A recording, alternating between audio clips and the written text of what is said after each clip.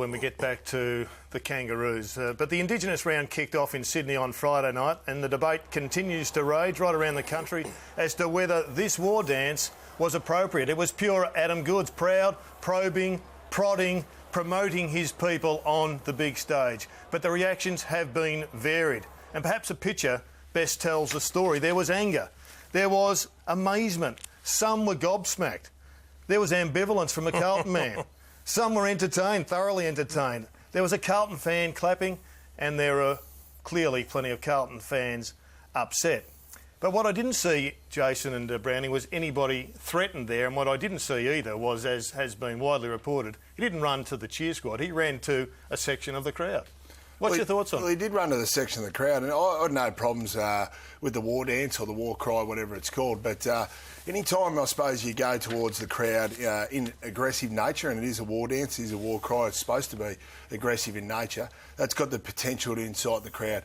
One thing you know, as players, we cannot control the crowd's reactions there. So, you know, I think Adam Goodes has been a terrific ambassador for Indigenous Australia and all Australians.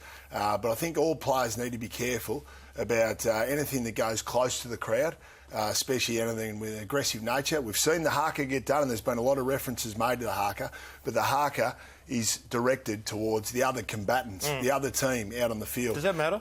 In this particular case, does it matter? Well, it may do, because you're not sure what the crowd's reaction is going to do, and that does have the potential to have an issue. Now, there was a man arrested in the crowd straight after that incident. The AFL says that it wasn't because of that, but it seems like an awful coincidence to me. And because there still is that ignorance with understanding Indigenous cultures and cultures of race and religion within Australia, we've got to be very careful about those sorts of things. Have you seen it, Jason? It's been a long week. It's a long debate from last Saturday when the Hawthorn crowd were booing up until this incident. We've seen a lot of different people's thoughts and opinions on it, and I understand why opinions are divided and why they may vary from person to person.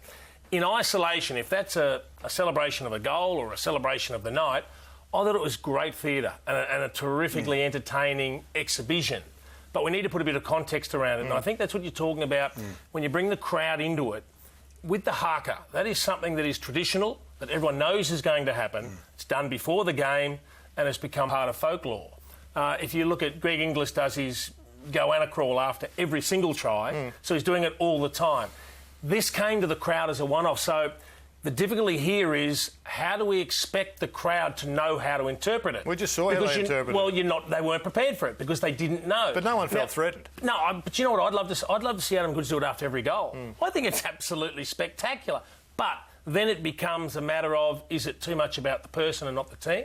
We saw Mark Williams at Hawthorn used to give it the old shotgun after a goal. Well, the players and coaches had a chat to him and thought it was a bit self-indulgent. You played with a guy at Brisbane, Jason Ackermanis, who used to do handstands and the like. How was that perceived? Well, that's right. Look, I'm pretty old school. During the 2 hours of the battle, I suppose, I used to try and keep things directed towards my teammates. And I know Jason Ackermanis did the handstands, but that was after the game. And obviously we're all happy because we'd won the game. So if he's doing the handstands, that means the Lions were going and playing really good footy. Stuff during the game where players are reacting to the crowd or going towards the crowd, I've always been a bit probably not totally in agreement with it.